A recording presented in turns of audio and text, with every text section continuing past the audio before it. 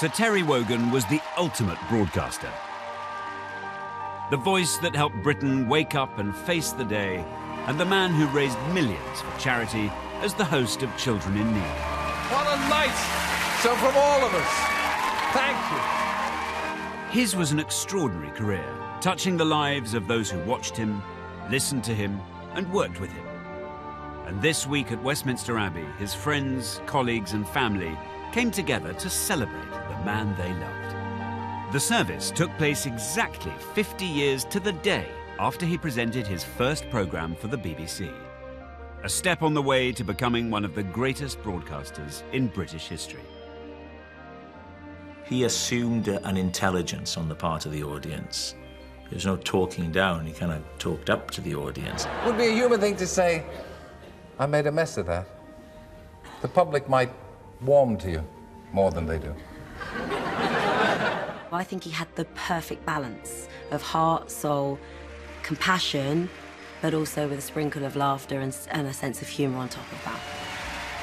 He was so authentic. It wasn't like he was turning into sort of TV or Radio Terry. He was just being him, and that's why people liked him. That's why people watched him on TV. That's why people listened to him. They felt like they were his friend.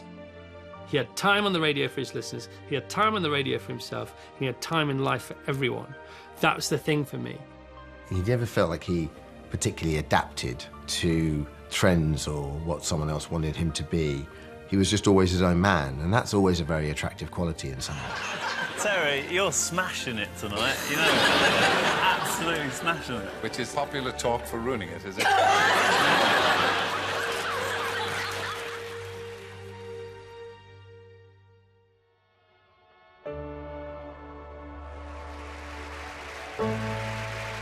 I didn't set out to be famous.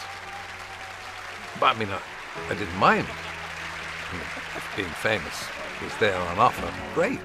Okay, I don't really have enormous drive. I've never knocked on anybody's door and asked them for a job. What I've had is a kind of blessed life. Warm, witty, wise and wry, Sir Terry Wogan was the most popular man on television at the same time as being the most popular voice on radio. I think I know that. For 50 years at the BBC, he delighted his audiences, but did it all with an effortlessness and self-deprecation that belied his innate talent and created a broadcasting legacy that will be felt for generations to come. When you set off, you tap your leg quite hard and say, "Whoopies!" I think he's relaxed the art or form or craft of broadcasting. To be honest, I've been a bit of a sissy saying... No, I'm not a sissy. No, you're a dog. Why can't you just say, walk, blast you? To be done live, unscripted, but also in a trustworthy way. And I think he affected the whole BBC. I think Terry Wogan and BBC go together. Walkies, go Walkies! He was incredibly at home in front of a microphone or a camera. It was something very intimate and very genuine. You know, you can't bottle that, you can't train for it, you can't do anything. You either have it or you don't, and he had it like nobody else. You can get power crazed in this place. It only came home to me really when I got to Radio 2 and I met him, and I thought, oh, you are the same person. You are on the air. You're funny and kind and very, very personable. That was Terry. And I thought, that's the kind of broadcaster you want to be. See? Now, will that make anybody want to watch it? Terry's attitude, and part of the reason for his success in Britain, was his Irishness. I think that he was a very Irish man who became a very English man. That just love of the sense of the absurd, the George Bernard Shaw thing. Even Beckett would have been, I think, happy on occasion with some of the whimsy and the sparse whimsy that Terry would come out with.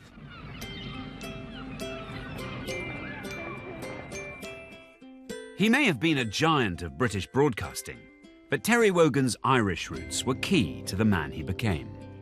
He comes from a country where storytelling and singing is very much part of life and was in that older Ireland very much part of day-to-day life and how people communicated. And that's what made him such a great radio broadcaster, because He was a raconteur. He told stories. He told them very well. He was very loquacious. He comes from a country where the national hobby is talking. My mother always remembers me doing commentaries along with the radio. And I was always obsessed with the radio. Despite these early signs of his future career, Terry's first job was in a bank. However, after 4 years, he answered a newspaper advert for announcers on Irish radio. And extraordinarily enough, with the little qualifications I had, was called for an audition, did the audition, and blow me down, they offered me a job. And that was the beginning. Standby cameras 1 and 2. Radio led to the newly formed Irish television service, and he quickly became a national celebrity. There was something about him. He was just a great broadcaster. And it was something he was, whether, intentionally or not, but it turned out he was born to do it. Now one of the most eligible men in Ireland, Terry met the love of his life, Helen Joyce, one of the country's top models. On a wet Saturday in April 1965, hundreds of fans thronged the streets around the church in Dublin as the golden couple tied the knot. If he and Helen came into a room, it was really sort of like a royal arrival. Yeah, and everybody stopped, and there was a certain amount of ducking of heads and it's not because of anything they were doing, just because there's kind of natural aura as they came in. They never had any homegrown stars in Ireland. Suddenly the television came and you were a major star in this little island. Then I thought, well, I'm a big fish in a small pond, and anyway, there are things I can do, I thought I could do in Britain, that I could not see myself doing in Ireland. I think some people are too big for an island this size, and he was one of those people. Terry swiftly found work on BBC Radio, and 50 years ago this week began presenting on the Light programme. I think Terry was blessed with 4 prongs of attack with which to seduce us. He was given everything he needed: the wit, the smile, the voice, and the twinkle in his eye. This is Radio 2. However, it wasn't until 1972 that he would take over the show that would turn him into a household name. And a very good morning to you. The time on Radio 2, 17 minutes past 8. I started listening to Terry Wogan at breakfast when I was 6 years old. And I remember we had this dormobile that I was driven to school in. My dad drove every morning, and it was on Radio 2, so I heard Terry every morning. You're welcome to the Thursday Thrash, Thursday, the 8th of November. Morning, Terence. Well, I really vividly remember him playing Money, Money, Money by ABBA when I was about 7 or 8 years old. Money, money, money, must be funny. It's 18 minutes to 10 o'clock, and after 10, the old broadcaster takes over in a doddering but warm-hearted way.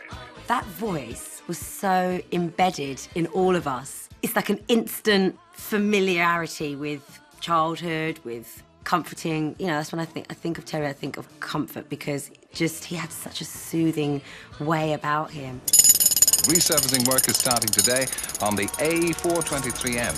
Messages, please. Just be patient. And listen to Radio 2. You'll find it will calm your nerves. I always used to think with his voice that you didn't really need to hear what he was saying. It was just the music of his voice. No, will you talk amongst yourselves, listeners, for just a moment, and I'll see if I can get this on the other turntable. That's the only one that's working at the moment. So I'd often be in the shower and it would be on, and I couldn't hear him, but you'd hear... And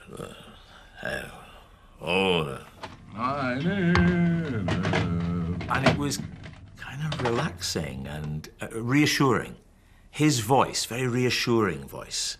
We had our technical problems this morning, but I hope they didn't come between you and your breakfast. I don't know if he was the voice of the nuclear warning, but I feel if he had been, it would have been a sort of silver lining to a mushroom cloud. Terry Wogan. When I started at Radio 2, they had this kind of big lavish dinner, and I got sat very near Terry. He said, listen, I'm not going to give you much advice, But the one piece of advice I would give you is never be afraid of the silence. i.e., breathe, let it breathe. For most broadcasters, that rest would feel like an eternity. But with Terry, you were just waiting for him to talk again. Now, that's more like it, do you see? Audiences loved him. And when Terry started singing along to unlikely chart hit The Floral Dance on his radio show, it proved so popular that he released his own version. That is another amazing moment where Terry is not taking himself seriously in the slightest. And that is what I always loved about him. I don't think I ever saw him in a serious mood or being serious about himself. Born from afar on a gentle breeze, joining the murmur of summer seas. He always came to a piece of music with an attitude. He always came to information with an attitude. And I think that's what made him on the radio such a kind of multi-layered, satisfying listen. And Terry used that attitude to great effect when his barbed comments on American soap opera Dallas helped turn it into a hit. We're back to Dallas. God help us. I can't seem to get away from the place. He's like living in Texas here. He took the characters, he made more of them. You know, Sue Ellen was putting gin in her cornflakes. Lucy became the poison dwarf. He expanded the characters that were on screen and made people want to watch it and then hear what he had to say the following day. Because he was bringing people into his club, and that's what he did brilliantly. He was a great leader, a gang leader, if you like.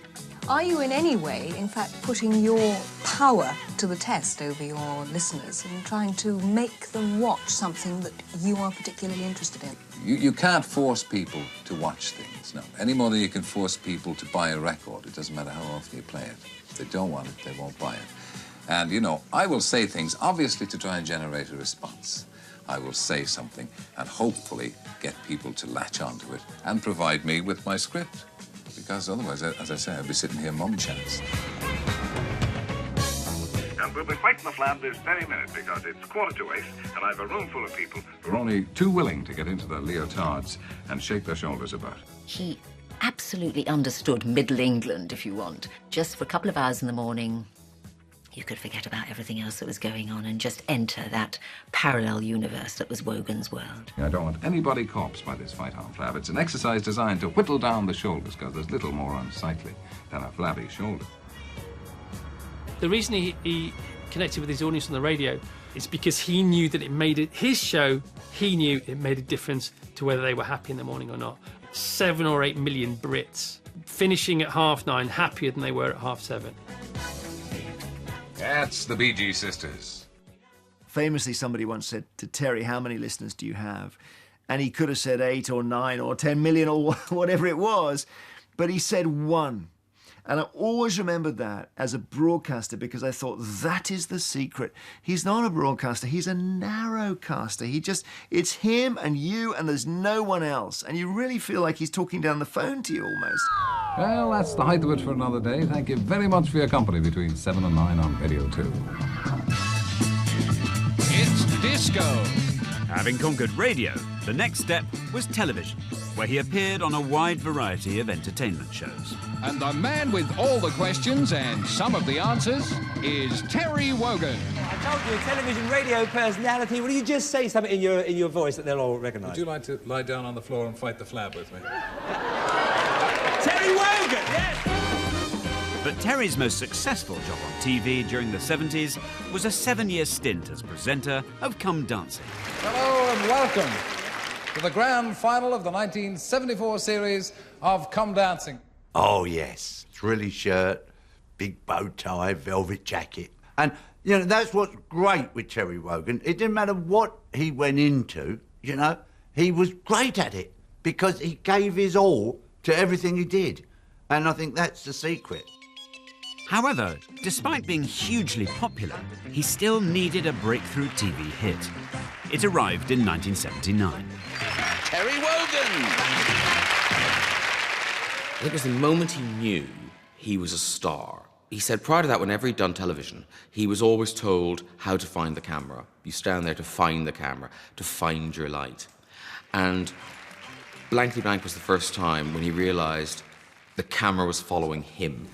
What's small and green and covered with red spots? An unripe raspberry. An unripe raspberry. Raspberry.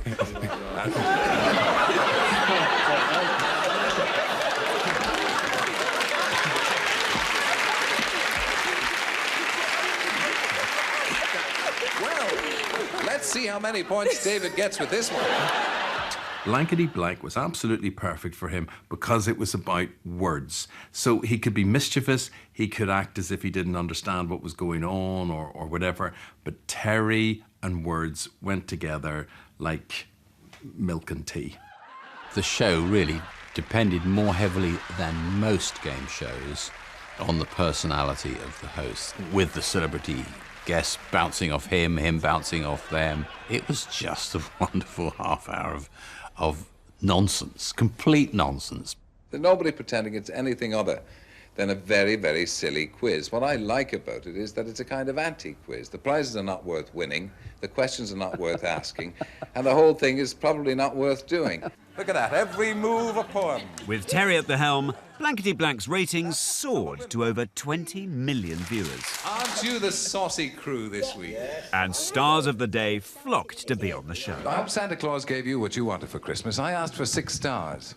He was the first person on television to take the mickey out of the celebrity guests. And that's what made Blankety Blank a great game show. It wasn't the format or the guests. It was because Terry was going for the guests all the time. Now, don't say anything till we get the ready signs from these highly trained gerbils here. I just like off-script Terry. I just like, I'm going to do what I want because I can, and I know what I'm doing. Don't worry, I'm just going to have a little moment away from the script, but I've got this. Can I offer another prize? The gentleman, I'm in the theatre at Newcastle. I've got 4 tickets for his family, yeah? On me.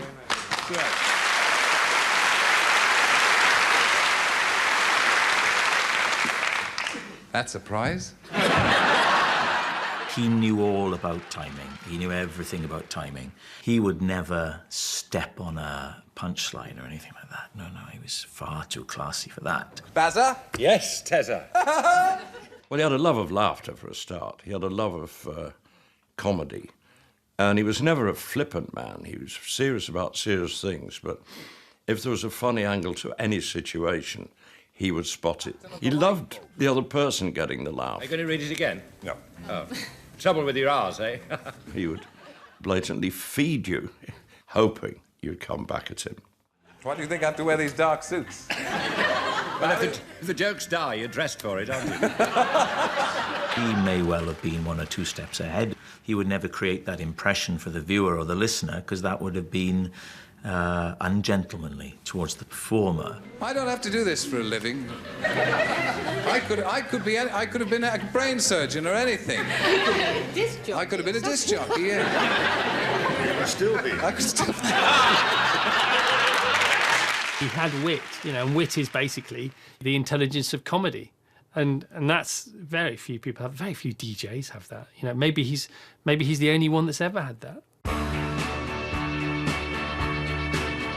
This was the dawn of a decade of extraordinary success for Terry.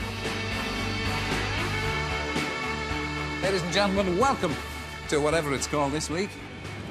Terry Wogan wasn't just a face of light entertainment in the 80s for me. He was the yardstick. He was the nation's darling. From the Queen to the guy who sells papers in Piccadilly. They all loved him, and quite rightly so. He had the thing that a lot of people don't have, charm. Charm personified. He's spoken of as a god. God, is he on again, they say? By 1981, he had achieved the double, presenting the most popular programmes on British radio and television. He was also voted most popular television personality 10 years in a row. In typical Wogan style, then asking not to be entered again, so someone else could have a chance.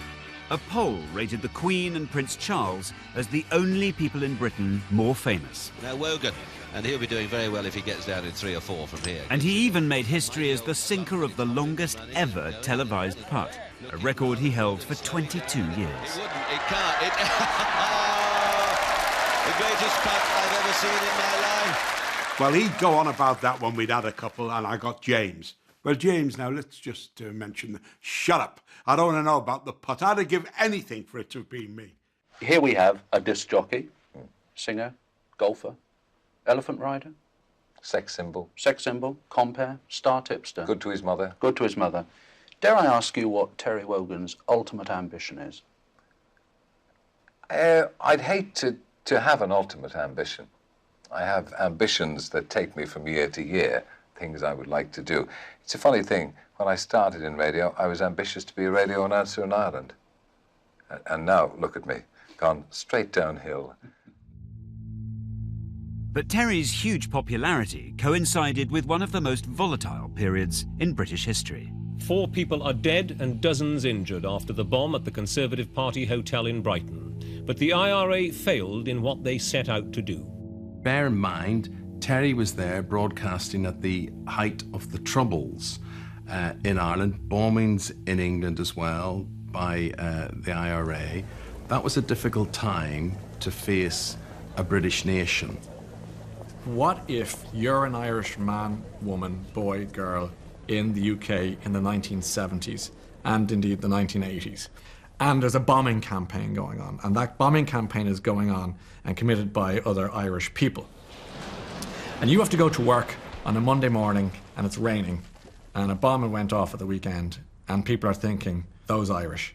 And it's ugly. And yet, as you're driving to that same office, you're listening to a man with an Irish accent. So it can be very difficult if you have bombs in a Birmingham pub and then you have to come up with a cheery, unmistakably Irish voice at the end of the bulletin and introduce a record. But if you started to dwell on that, you'd never do anything. Of course he broke down barriers. Of course he showed that things were possible. Whatever your background is, to have one of your own lead the way, fly the flag, is a tremendous inspiration for those who follow. And I think that Terry was very touched by the fact that he had this role, if you like, of an unofficial ambassador. I think that he probably did as much for the Irish in Britain as any diplomat that passed through the doors of the Irish embassy. Good morning. Now at the top of his profession, Terry still revelled in new challenges. In 1980, his fascination with Dallas had led to a television interview with its star, Larry Hagman, at a time when the world was wondering who shot JR. Will you live? Well, I tell you, they're going to be in a hell of a lot of trouble if I don't.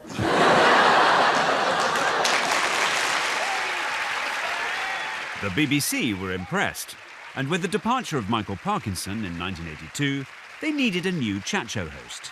Terry was the obvious choice. Thank you, ladies and gentlemen. Obviously, it's the first in the series, so there's got to be blind panic, and there already is. But I hope you'll enjoy it more than I will. No, I'm sure we'll all enjoy it. It was absolutely a cornerstone of the BBC One schedule.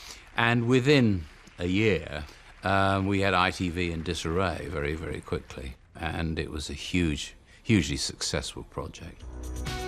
The Wogan show in the evening was revolutionary. It had moved from a Saturday night Parkinson-type slot to 3 nights a week, Monday, Wednesday, Friday, on the BBC. And this had never been done before.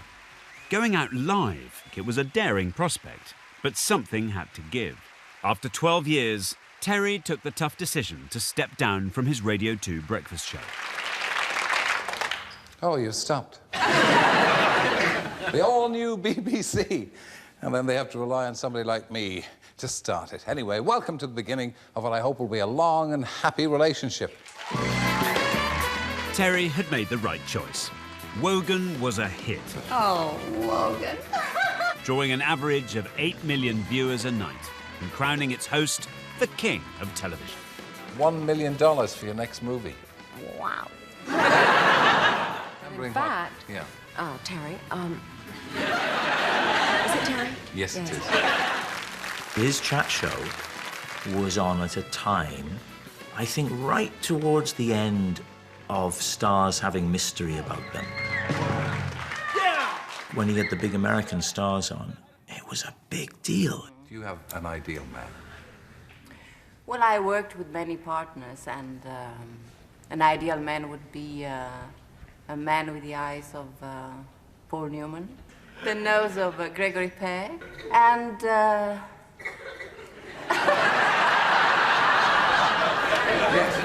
nice, wonderful, slim figure of Mr. Wogan. Do you know? He didn't do interviews, he chatted. But he gave you the impression it was easy. It didn't look like work when he did it. And so you did kind of think, well, presumably anyone can do that. Look at him. He's just a man in a suit chatting. And I think that was really what he communicated to an audience. They don't seem to make any concession to the fact that you're a woman, do they? No, why should they? I mean, I don't make any concession to the fact that they're men. No. He'd listen. It was never about him. And yet every now and again he'd flash the steel. And every now and again he'd say something or do something that you think, not only is he listening, but he doesn't particularly like that person. May I finish? Yeah, but yes, but May I finish? I don't entirely accept that psychological point, as I say. I understand, but may I finish? Well, yes, if you have a point to make, yeah. Yes, I do have a point to Yeah. make. Thank you. And when you watch him in one of those interviews with Anne Bancroft or something, which it's just I'm there and I'm thinking, that's all. But I care more as a viewer than Terry did as a host. Yeah. Why do you hate this kind of thing so much? Is it me? Probably. It's probably me. It's not the dried flowers or anything. That too. Do you do any of this stuff in America? I mean, do you ever Never. do a talk show? No. Are you glad you did this one? No. And also, although Anne Bancroft was clearly not enjoying it, he didn't torture her. He kind of let her be that bad on a talk show because that's how she wanted to be. And I think that was his way of coping, was to just roll his eyes and go, oh, well, there you go. Watch two interviews, I often think. If you watch him talking to Gene Wilder, there's two fellas who are like-minded souls. It is chat show heaven. Was it the love of a good woman that converted you? Or have you just grown in experience and knowledge of women? It was the love of several good women, but... You're boasting now, you see? No. Several can mean more than two. No. Several is 5 or 6. Or possibly 10 or 20. All right, have it your way. And you watch that and you could see Terry loved him. He was really interested in what he had to say. And Wilder was intrigued by, I suppose, the twinkle in the eye and the interesting questions and so on. Lovely. Then you bring out Bette Davis. And halfway through the interview, she kind of points to the book and starts going, when are we going to talk about my book? You have to ask me about my book. Watch his reaction, because funny enough, in some respects, the light went off. I came on this show to sell a book. I am in England to sell a book.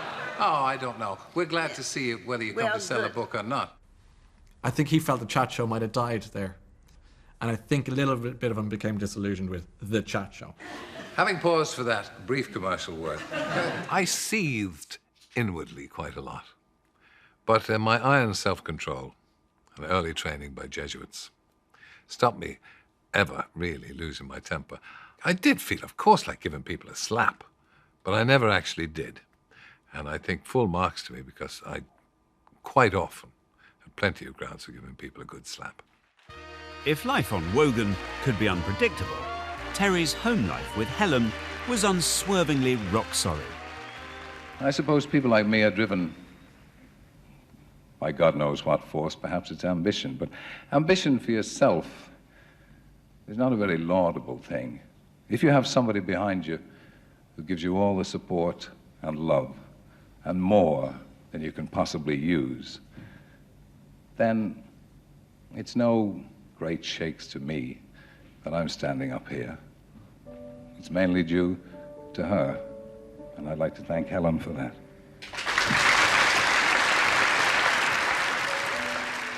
Theirs was a happy home, but not without its sadness. They lost their first child at only 3 weeks old. You remember a little bit of the pain, because that never goes. Never forget that. You ask why it should happen to you, of course. As you go through life, you realize that it's a lottery anyway, and that I've been luckier than most in my life. I'm not going to knock it. Terry and Helen went on to have 3 more children, who Terry adored. And they're here. Your children, Alan, Mark and Catherine. His real secret weapon was Lady Helen and the family at home, because he was always so stable and they gave him the confidence and the foundation and the security. He knew what was important in life. Everybody felt that Terry was their friend. But on the other hand, actually, he was very private. You didn't know much about him. You knew as much as he would let you know. Working with him for 15 years, knew very little about him. Really a very private man. He didn't really have much time for producers and directors. He wasn't one for going for a drink with the lads afterwards. His love was for the audience and for his family, and that was it, really. All right. Oh, it's all right. I was lucky enough, together with my wife Ruth, to be invited into his home. This is a man who has interviewed hundreds and hundreds of very, very famous people. And there were loads of photographs in his house. Pictures, pictures, pictures, pictures everywhere. But as far as I could see, not one with anybody famous. It was his family, his sons, his daughter, his grandchildren. And I think that really is the essence of the man. My philosophy has always been, this is what I do. I do it, and then I go home and have my dinner. The most important thing in your life is your family. The rest, as I say, is just peripheral. That stability at home became even more important when his show Wogan was cancelled in 1992. For about the 1,251st time, welcome to Wogan. Aware that the show was flagging, Terry had wanted it to end the previous year, but the BBC refused, only to pull the plug unceremoniously a year later. And that's it. Thanks to all my guests, all 4,008. All that's left now are the memories. He felt he knew when you'd come to the end of something. Buenas noches. Good night. Thank you. And thanks for that. He always believed that you leave before they give you the sack or before they get fed up with you. And he was more than happy to finish the chat shows a bit earlier. Most importantly, and this is a lesson he would teach any broadcaster, is he survived. And even when he did kind of get the bullet, let's face it, on the chat show where it just had run its course, what did they put on instead of it? El Dorado. How did that work out for you? Yes, all right. Yeah. I was angry with what had happened, as you would be.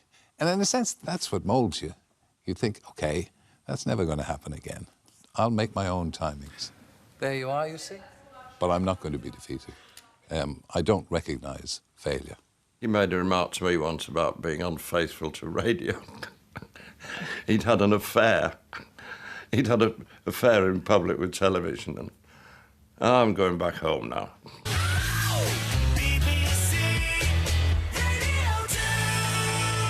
Have a pencil and paper handy, and your brain in gear. Terry did indeed go home, to radio, where his presence was as welcome to his colleagues as it was to his delighted audience. Terry was a man who was almost always in a good mood. I would turn up at sort of 5:30 in the morning, feeling less than enthusiastic or even subhuman. Yeah, no, I can vouch for that. I can vouch for that. He would turn up, and within 5 or 10 minutes, you were having a great time. And that, applied to everyone that was listening to him as well. By now, Wake Up to Wogan was the most listened to radio show in Europe, and a new army of fans had mustered. The Togs, or Terry's old geezers and gals. Norman, I think you're Chief Tog. What does Tog stand for? Togs, well, we all love Sir Terry. It's a state of mind. It's taking a wry look at life and a non-PC look, and generally, whatever age you are, having a good time. I think the Wogan magic was the bond between him and the audience. It was unbreakable. They adored him, and he adored them. www.bbc.co.uk/. He never seemed aware of how popular he was. He liked being liked. Never had any trace of how famous he was or anything. And it wasn't elaborate false modesty. I got to know the man. It was genuine. It's a helter-skelter ride on Radio 2. You phrase maker. Hey, phrase maker. I've done it again. You have. Yes, Johnny. Terry is not one for doing an awful lot of pre-preparation, and he didn't need to. He had this really excellent ability to communicate with people and sort of get inside them, and you felt you were listening to a friend when you listened to him. The trains are coming in overcrowded on the platform. There was a tube strike, so I had to run into work. So I got my gym kit on and I ran 6 miles across Hyde Park and everything, get to Radio 2, stand by the lift, and I'm aware of this presence beside me, and I look round and it's Terry in his perfectly pressed vanilla suit with his briefcase, and we go in to the lift, and I'm about to press the button for my floor, which is the second, when I suddenly see the time is 7:28. And I said, Terry, it's 7:28, you're on the air in 2 minutes. And he said, yes, I'm early this morning. So I said, well, let me press 6 and we'll get you to your show. And you do. So anyway, go up to his show. Out he goes around the corner with his briefcase. I go down to the second, put on the radio, a jingle goes, Terry Wogan's jingle, and there comes this very familiar voice. You know, the heavy traffic brought on by the hold-ups and the underground and all the rest of it, and people cycling and running, it's not without its benefits, Deadly. What was that? Well, when I came in here about 3 minutes ago, I got to share a lift with Jeremy Vine, who'd run all the way from Hammersmith. And you could tell. He's very early, isn't he? And I thought, that's the genius of the guy, isn't it? Because he hadn't even had a thought about his opening link for his programme until he saw me in the lift 90 seconds before. I mean, the thing is that he had a very well-stocked brain, didn't he? He was well-educated. Yeah, he was well-read. Yes. And he would often sort of throw out the odd quote from something or other, and he would stop you in your tracks. You think, blimey, how do you know that? Yeah. Why have you remembered that? Yeah. So, you know, we're not talking some complete numpty here. How can I think I'm standing strong? But while Terry's easy conversation and quick wit may have been his trademarks, he also had a deep love of music. The thing with Sir Terry shows was that he really created, as a personality, as a voice on the radio, he never seemed to try and push too hard to reach the listener. He always seemed to be very relaxed. This is the closest thing to crazy I have ever been. And so I think that atmosphere was really unique and very special. And so he needed certain types of music to be able to make that atmosphere, you know, carry on throughout the whole show. I mean, obviously, to me, it meant a great deal because he was the first person to start playing my music. Not only did Terry champion new artists such as Katie Melua, the enormous respect he commanded meant that he had the power to influence record sales. He certainly could make an artist, and he did with several of them. Katie Melua, Eva Cassidy, Beth Nielsen Chapman, people like that. He loved hearing a soulful female voice singing a good, strong ballad.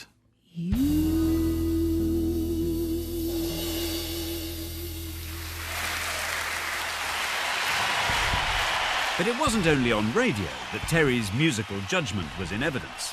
For 31 years, he presented the Eurovision Song Contest. You can't believe the excitement in the air. You think there was something entertaining going to happen. If ever there was a show made for Terry, this was it. Oh, look. It's the ghost of Christmas yet to come. Who knows what hellish future lies ahead? Well, actually, I do, because I've seen the rehearsals. With Eurovision, you know, Terry Wogan took something that wasn't a job and made it a thing. You know, because I think people forget how many people have commentated on Eurovision over the years. Loads of people have. This girl will need the neck muscles of Arnold Schwarzenegger to keep this necklace up. I don't know why her head is not down around her knees.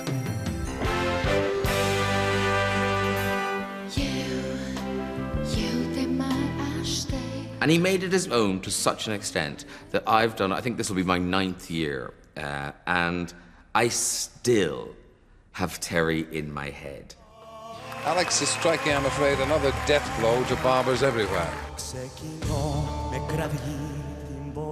He would see very quickly the quirky and the mad and the utterly insane and the inexplicable. And I want you to keep an eye out for a man playing a bunch of grapes in this. It's not a thing you'll see anywhere else but the Eurovision Song Contest. I think Terry had an extraordinary ability to communicate very nuanced things with his voice.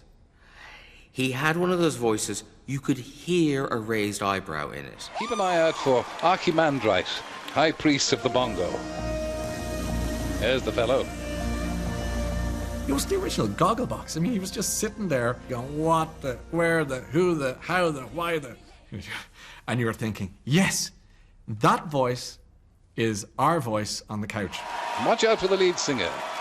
You'll be able to tell what he had for breakfast.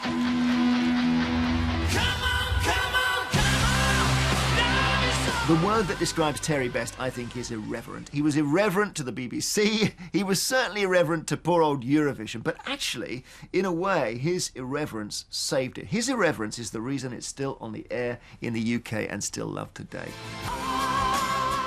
Terry may have revelled in the ridiculousness of Eurovision, but he also enjoyed a few highlights, such as when the UK won in 1981 and again in 1997. Well, we all know who's won. They've been leading from the beginning. First time since 1981, since Box Fizz did it here in Dublin. Leading to his only stint in front of the cameras as host. Hold it down to a dull roar.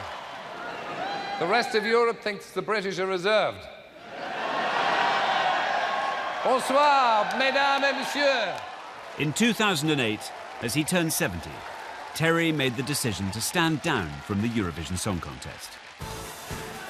I think it's tremendously disappointing from the point of view of the United Kingdom. We've come joint last, along with about 3 other countries. You have to say that this is no longer a music contest. I think it was disappointment.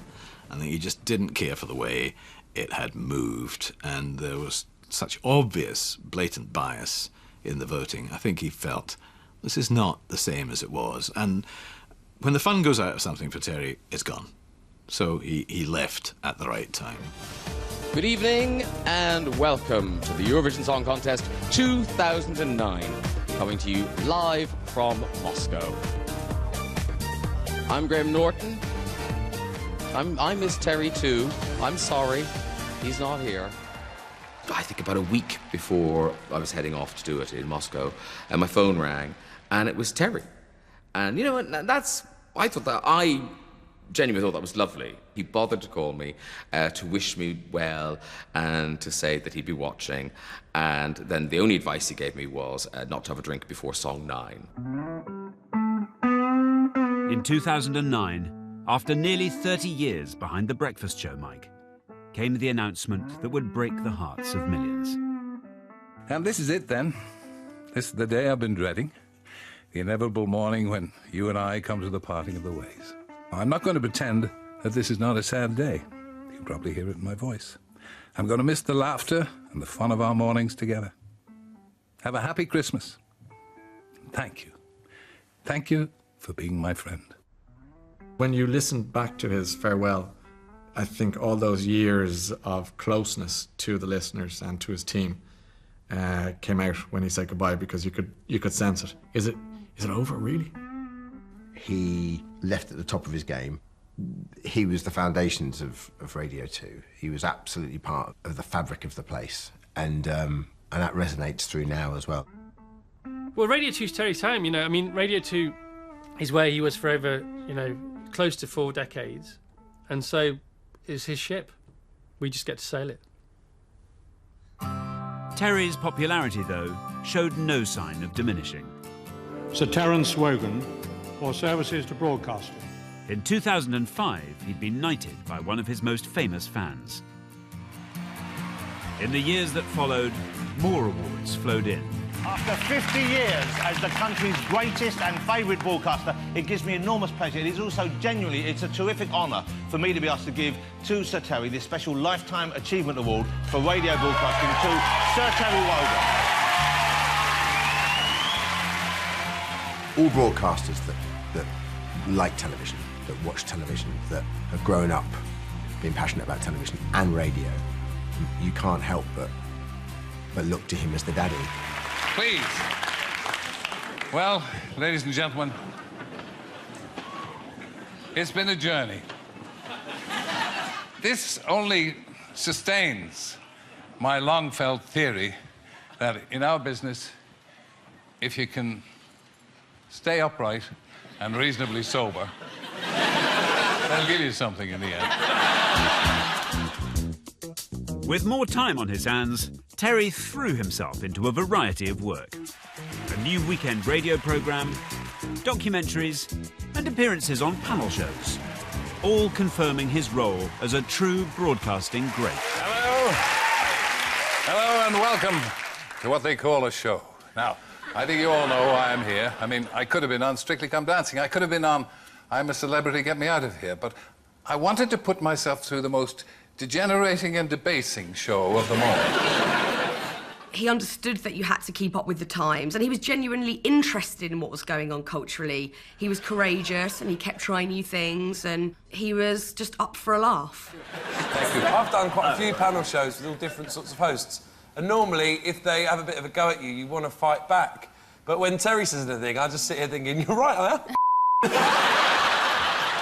The strongest thing was just the affection people felt from him. He was one of those figures. There's this handful of people, and when we have them on Would I Lie to You, you can tell the audience just have great affection for them. On David Mitchell's team tonight, a man who has broadcasting in his blood, along with Synatogen, cod liver oil and Viagra. It's Sir Terry Wogan! When we had him on, I know there was a sense amongst the three of us of, wow, Terry Wogan's on the show, fantastic. You know, you kind of just want to sit back and just watch him do his thing, which is a danger when you have someone who's as beloved as he was, that you sort of don't get in the game. You know, you just want to go, oh, wow, look who it is. Every year, I signal the start of Christmas dinner by taking my seat opposite Mrs. Wogan and firing a pistol loaded with a blank or blanks. Have you ever set fire to her? In ways that I will not divulge. Live from the BBC Television Centre in London and across the United Kingdom, it's BBC Children in Need. But while Sir Terry Wogan's influence on broadcasting is undeniable, there was never any doubt in his mind about what he saw as his most important work. It's the Governor, ladies and gentlemen, it's Terry Wogan! Terry first became involved in Children in Need in 1978, when it was just a 5-minute television appeal. It doesn't take much to make a child happy. So help us help these children in need. You're not alone, together we stand, I'll be by your side. With Terry at the helm, Children in Need turned into a fundraising phenomenon, with almost £800 million raised to date. Children in Need just wouldn't be the same without one of its main presenters, Terry Wogan. We're going to see some more golden moments, aren't we, everybody? Yeah. 264,398. 17,213,665. 20,992,26,32,620,460.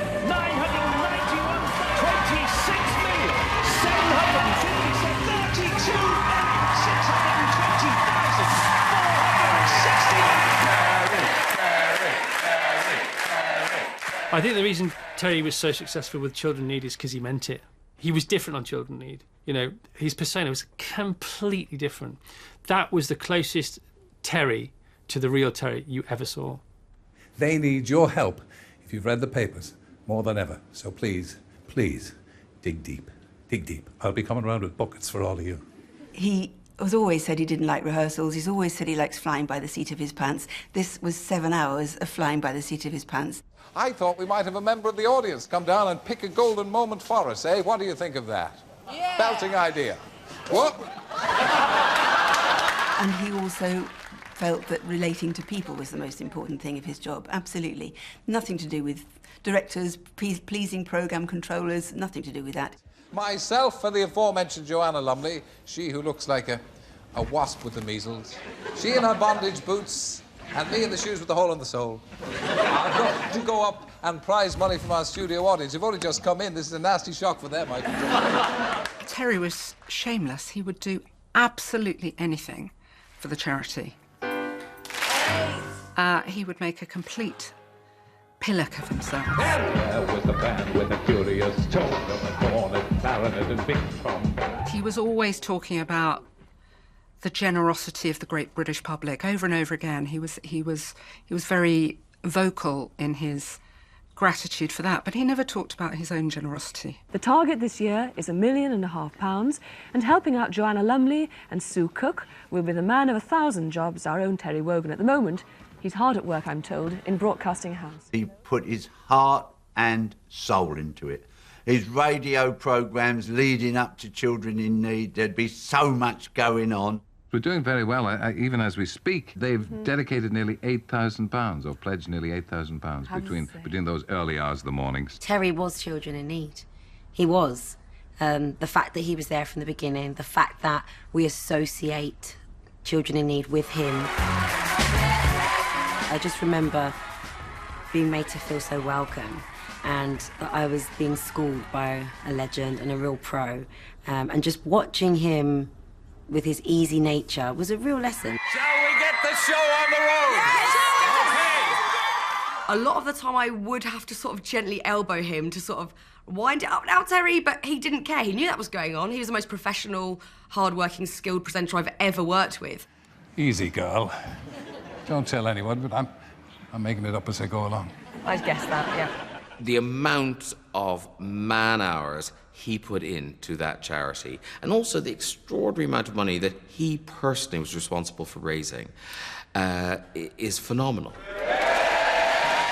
Over the years, that's where the British public came to understand that this wasn't just a man in a suit saying, please give generously.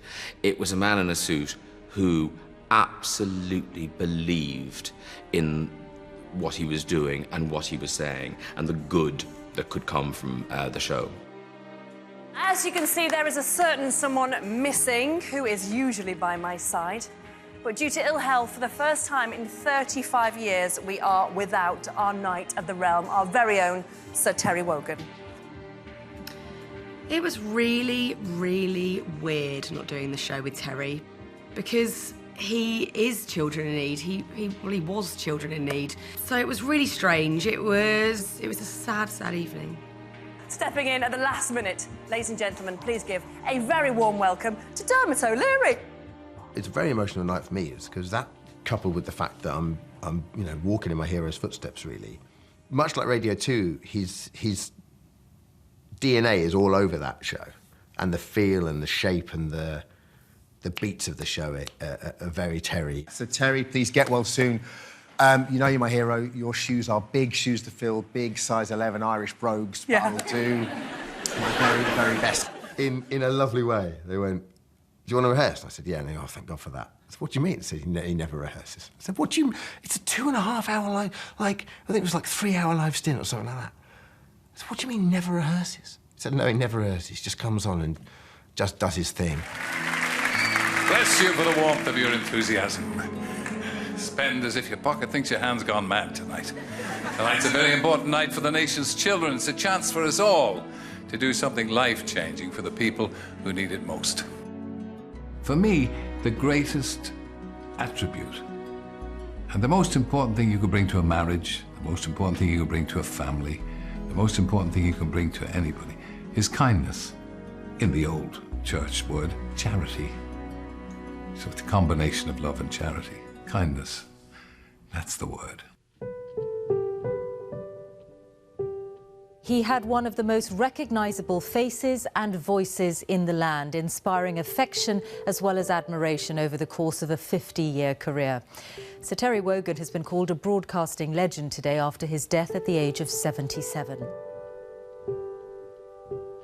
I think the whole place, the whole BBC, was rocked on the day because we didn't see it coming. To think that somebody who was so much part of everybody's life wasn't going to be there anymore, it left everybody feeling a bit bereft. He meant so much to me because he taught me so much. And that is very rare that you can, you know, just learn from someone from watching how brilliant they are at what they do. I remember him as being generous. I remember him as being kind, thoughtful, on a personal basis. On a professional basis, I remember him as being funny, laconic, smart, bold, naughty, and intelligently offbeat, because he was one of the good guys. I learnt so much from Terry as a broadcaster, both by listening to him and by being with him. The most important thing that I ever learnt from him is that they either like you or they don't. That was his phrase. They either like you or they don't. I think Sir Terry will be remembered as a dear friend to everyone. That's how I'll remember him. I mean, he was just a nice fella, a real good laugh. And I'm really pleased to have known him and know him as a pal. My abiding memory of Wogan will be to see him standing at the front door of his house as we pulled up, usually looking very casual in a cashmere sweater that's seen better days, with a beaming smile on his face and a Waterford crystal glass in his hand. Oh, we got you just in time for a drop. And then I see him every day. For Terry to be that relaxed and that sanguine showed the class of the man. And that's what I'll always remember with Terry, the word, he's just class. My life, if you're asking me about my life and the meaning of my life, it's been absolutely wonderful. I've had a lovely family, I've had a loving wife, I've had success in the material world, I've done something I wanted to do, I've had an ideal life. So I can only tell you what it means to me, which is happiness.